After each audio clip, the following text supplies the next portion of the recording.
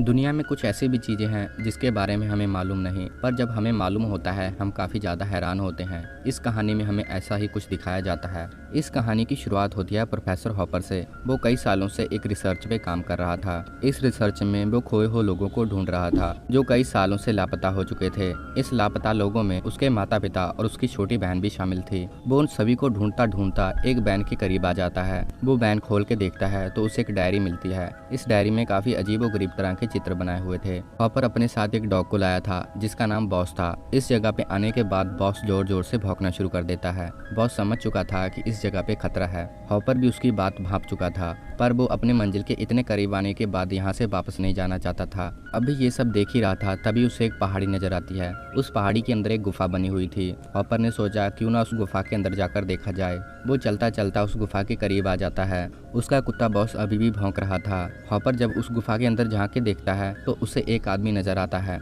वो आदमी बहुत ही धीमी गति से चल रहा था। हॉपर ने बिना कुछ सोचे समझे उस आदमी को 2 बारी पुकारा, पर उस आदमी को हॉपर की आवाज़ सुनाई नहीं दे रही थी। हॉपर जब उसे पुकार रहा था तभी उसने देखा कि उसकी जेब में एक गन है। वो गन को देख के डर जाता है और वहाँ से वापस जाने के बारे में सोचता है। वो सोचता है कि कल को वो दोबारा वापस आएगा जब तक ये आदमी यहाँ से जा चुका होगा। घर को वापस आते समय वो जैकी को फ़ोन करता है और कहता है कि उसका बैग पैक कर दे। वो अगली सुबह फिर से यहाँ पे वापस आने वाला है। हॉपर अब घर पहुंच चुका था। वहां पे जैकी का दोस्त टेलर भी पहुंचा हुआ था। टेलर ने कहा कि वो दोनों भी उसके साथ जाएंगे, पर हॉपर साफ साफ मना कर देता है। अगली सुबह हमें हॉपर को फिर से वहां पे ही दिखाया जाता है। वो अपने साथ एक रस्सी लाया था। उसने रस्सी को पत्थर के साथ बांधा और धीरे धीरे करके अंदर जाना शुरू कर दिया। उसका डॉग बॉस आज भी जोर जोर से भौंक रहा था। धीरे धीरे करके जब हॉपर अंदर गया तब उसने देखा कि जो आदमी कल वहाँ पे था आज भी वो वहाँ पे ही है। हॉपर ने हिम्मत जुटाई और भी अंदर जाना शुरू किया। जब वो धीरे धीरे करके अंदर गया तभी उसे महसूस हुआ कि यहाँ पे एक अनविजिबल दीवार है। इस दीवार को करीब आने के बाद ही महसूस किया जा सकता था। हॉपर उस दीवार को पार करना शुरू कर देता है। तभी यहाँ पर ही ये सीन कट कर दिया जाता है। हमें फिर से टेलर और जैकी का सीन दिखाया जाता है।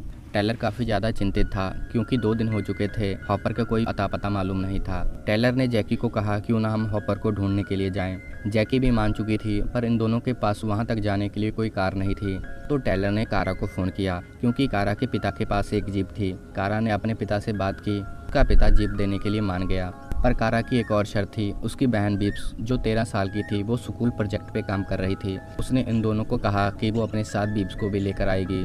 टेलर और जैकी दोनों मान जाते हैं। इसके बाद ये चारों जीप में बैठ के हॉपर को ढूंढने के लिए निकल जाते हैं। ये थोड़ा सा आगे गए ही थे कि बीब्स को याद आता है कि इन चारों को अपने साथ फर्बी को भी लेना था क्योंकि वो भी उसके साथ पढ़ता है और वो भी स्कूल के प्रोजेक्ट पे काम कर रहा है।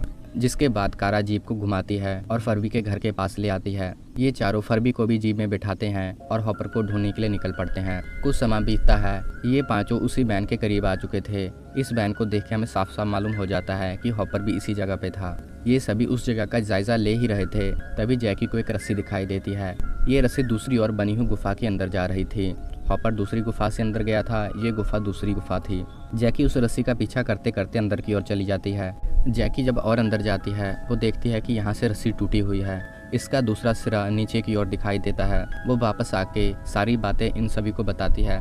ये सभी समझते हैं कि हॉपर इसी रास्ते से अंदर गया होगा, हमें भी अंदर जाके देखना चाहिए। 4 लोग अंदर जाने के लिए तैयार होते हैं और फर्बी को वहाँ पे ही बिठा दिया जाता है। उसे एक वॉकी टॉकी दे देते हैं और कहते हैं कि वो संपर्क में रहे। चारों रस्सी का सहारा लेकर धीरे धीरे नीचे उतरने लगते हैं।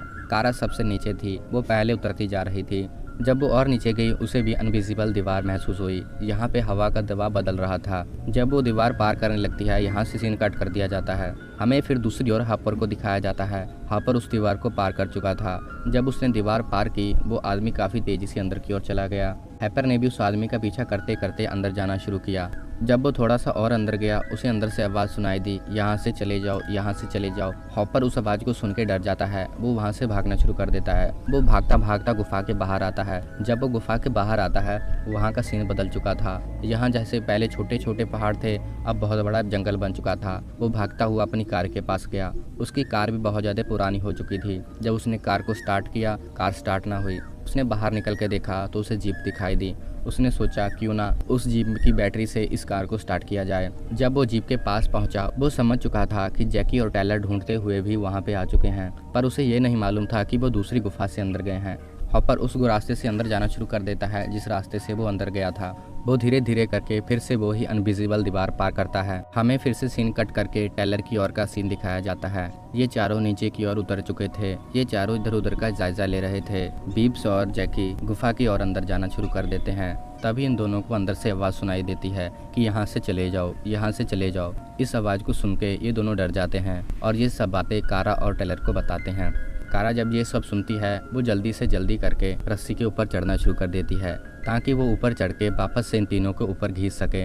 वो अभी कुछ ही ऊपर चढ़ी थी कि तभी रस्सी टूट गई। वो धड़ाम से नीचे गिर पड़ी। टेलर को लगा कि ये सब फर्बी कर रहा है। उसने दूसरी रस्सी खींची। वो रस्सी भी टूटी हुई थी। अब उसे गुस्सा आने लगा। उसने वॉकी टॉकी से फर्बी से कांटेक्ट करने की कोशिश की पर फर्बी के साथ कोई कांटेक्ट नहीं हो पा रहा था। बार बार कांटेक्ट करने के बाद तभी इन सभी को एक आवाज़ सुनाई देती है। ये आवाज़ बदली हुई थी। दूसरी ओर आवाज़ आ रही थी कि उसे बचाओ, उसे बचाओ। जब थोड़ा समय और बातचीत की तब उसने कहा कि वो फर्बी है और वो घायल हो चुका है। इन सभी को अपनी मदद के लिए बुला रहा था। रस्सी टूट चुकी थी तो इन चारों ने सोचा कि दूसरे रास्ता ढूंढा जाए और यहाँ से बाहर निकला जाए। ये सभी धीरे धीरे करके अंदर जाना शुरू कर देते हैं और हॉपर को भी पुकारते रहते हैं। इन्हें लगता है कि अभी भी हॉपर यहाँ पर ही फंसा होगा।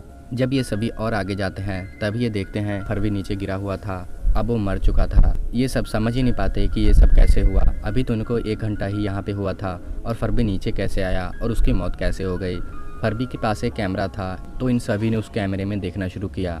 यहाँ की दुनिया से बाहर की दुनिया अलग थी। यहाँ का समय धीरे धीरे गुजर रहा था जबकि बाहर का समय काफ़ी तेज़ी से गुजरता था। फर्बी ने अपनी पूरी वीडियो रिकॉर्ड की हुई थी। उसने कुछ समय बिताया जिसके बाद अंधेरा हो गया। अंधेरे में उसने सारी रात गुजारी। अगली सुबह वो टहलता टहलता जिस गुफा में फर्बी गया था उस गुफा के पास आ गया। उसे लगा कि वो सभी नीचे होंगे, क्यों ना उन सभी को ढूंढने के लिए वो भी गुफा के अंदर जाए। वो इस जगह पे था जिस जगह से फर्बी अंदर गया था। फर्बी की बंधी हुई रस्सी अभी वहाँ पे ही थी। वो धीरे धीरे करके उस रस्सी के साथ नीचे उतरने लगा। अभी वो कुछ समय नीचे उतरा ही था कि वो रस्सी ऊपर से टूट गई जिस वजह से वो काफ़ी तेज़ी से नीचे गिर गया। नीचे गिरने के बाद वो बेहोश हो चुका था। इन सभी ने ये सीन देखा तो इस कैमरे को यहाँ पर ही बंद कर दिया। अभी भी इन सभी को लग रहा था कि बाहर कोई व्यक्ति है जो रस्सियों को काट रहा है। उस व्यक्ति को ढूंढना चाहिए या बाहर निकलना चाहिए। तो कारा ने कहा कि हमें यहाँ से पहले बाहर निकलना होगा, उसके बाद ही हम जीवित रह सकते हैं। कारा पहाड़ चढ़ने में माहिर थी। उसने सोचा कि ये सामने के रास्ते से वो ऊपर की ओर जाएगी और ऊपर जाके मदद बुलाएगी, जिसके बाद मदद आने के बाद इन सभी को भी बाहर निकाल लिया जाएगा। वो वैसा ही करती है। वो करते कराते उस गुफा के बाहर आ जाती है। जब वो बाहर आती है वहाँ देखती है कि यहाँ का सीन बिल्कुल ही बदल चुका है। आसपास कुछ भी नहीं है। चारों तरफ मौजूद है तो सिर्फ पहाड़, गर्दा, धूल, मिट्टी और कुछ नहीं है यहाँ पे। यहाँ का नज़ारा देखने के बाद साफ साफ पता चल रहा था कि अब इस दुनिया में कोई इंसान नहीं जिंदा होगा। तभी उसे आसमान एक अजीब सी चीज़ दिखाई दी। जब उसने ये चीज़ को देखा तो जल्दी जल्दी से नीचे उतरना शुरू कर दिया। अब वो नीचे आ चुकी थी। उसने सभी को सारी बातें बताई। अब ये सोचने लगे कि ये सब कैसे हो सकता है। ये तो 1 घंटे से ही यहाँ पर है पर बाहर की दुनिया खत्म कैसे हो गई। तभी इन्हें समझ आया कि बाहर की दुनिया यहाँ से दुनिया से अलग है। यहाँ पे समय घंटों के हिसाब से बीतता है तो बाहर का समय कई सालों के हिसाब से गुजरता जा रहा है। इन्हें यहाँ पे फंसे हुए कई साल हो चुके थे। ये घंटों का हिसाब लगा रहे थे पर बाहर की दुनिया पूरी तरह खत्म हो चुकी थी। बाहर में अब कुछ भी नहीं मौजूद था। इनके पास अब एक ही रास्ता था, या तो ये सभी यहाँ पर ही फंसे रहें या फिर यहाँ से बाहर निकलने का रास्ता ढूंढे। इस समय को और भी बेहतर से समझने के लिए इन्होंने फिर से फर्बी की वीडियो को देखा। जब फर्बी नीचे गिरा तब भी वो जिंदा था। वही था जो बार बार मदद के लिए पुकार रहा था। वो अभी जिंदा ही था कि वहाँ पर एक आदमी आ गया। उस आदमी ने फर्बी को जोर जोर से पीट कर मारना शुरू कर दिया जिसकी वजह से फर्बी मर चुका था। ये सीन देखने के बाद ये सब और ज्यादा डर गए। उन्हें मालूम हो चुका था कि इस गुफा में वो अकेले नहीं और भी कई सारे आदमी हैं जो लोगों को मार रहे हैं। कारा सोचती है कि अब उसे इस गुफा से बाहर जाना ही होगा और इन सभी को जिंदा बाहर निकालना होगा। इसके सिवा कोई और चारा नहीं है। इतना कुछ होने के बाद कारा फिर से ऊपर चढ़ने की कोशिश करने लगती है। अभी वो थोड़ा सा ऊपर चढ़े ही थी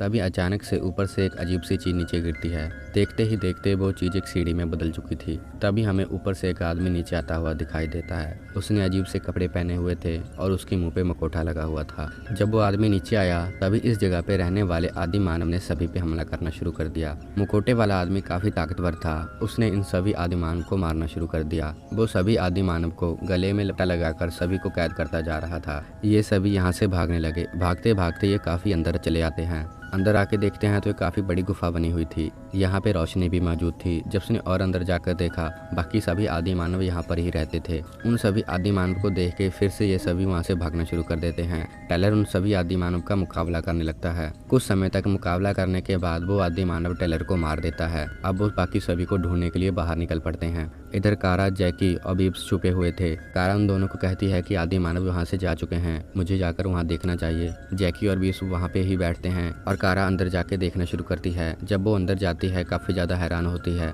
क्योंकि टेलर अपना दम तोड़ चुका था। वो जोर जोर से रोने लगती है। इसी दौरान वो मुखौटा पहने आदमी अंदर को आता है। उसके हाथ में एक बोतल थी। उसने जाकर बड़े सारे बने हुए गड्ढे में से पानी भरा। अब वो वापस जाने लगा।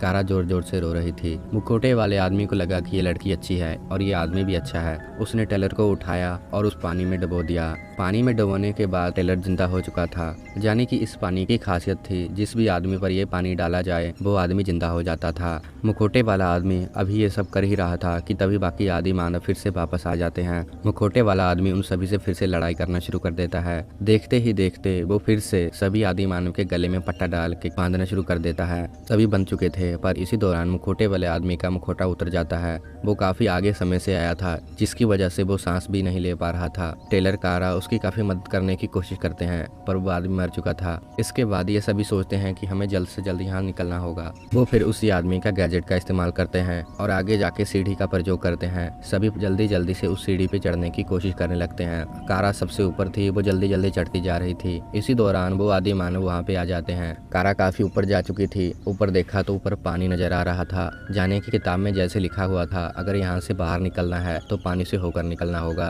कारा जब उस पानी के अंदर गई, अजीब से वहाँ पे हाथ नजर आए। उन हाथों ने कारा को पकड़ लिया। वो कारा को अंदर खींचते जा रहे थे। नीचे आदि मानव के लोग खड़े थे, तो एक आदि मानव ने बनी हुई सीढ़ी का स्विच प्रेस कर दिया, जिसकी वजह से वो सीढ़ी वहाँ पर ही बंद हो गई। पानी में बड़े बड़े हाथों ने कारा को पकड़ा और अंदर खींच लिया। बाकी हवा में लटक चुके थे। कारा दूसरी दुनिया में जा चुकी थी। तभी फिर से कारा वापस आती है। उसके कपड़े बदले जा चुके थे। उसने एक रस्सी के साथ सबको खींचना शुरू कर दिया। धीरे धीरे करके वो सभी को खींचती जा रही थी। दूसरी ओर हमें हॉपर को भी घायल दिखाया जाता है। वो काफी ज्यादा घायल था। उसे अपने माता पिता और छोटी बहन भी मिल चुके थे। कारा इस रस्सी के साथ उसके माता पिता, उसकी छोटी बहन और हॉपर को भी बाहर खींच लेती है। अब ये सभी दूसरी दुनिया में थे। कारा ने आसमान में जो अजीब सी चीज देखी थी, वही चीज थी जहाँ पे सिर्फ इंसान मौजूद थे। पूरी धरती खत्म हो चुकी थी। ये सभी भी अब उसी जगह पे थे, जिंदा थे। इंसान ने अपनी जाति को जीवित रखने के लिए दूसरा रास्ता अपनाया था। उन्होंने सैटेलाइट द्वारा इस चीज को बनाया जो आसमान में दिखाई देती थी। यहाँ पर ही कुछ आदमी जिंदा रह पाए। वो आदमी यहाँ पर ही गुजारा करते थे। इसी दौरान ये मूवी यहाँ पर ही खत्म हो जाती।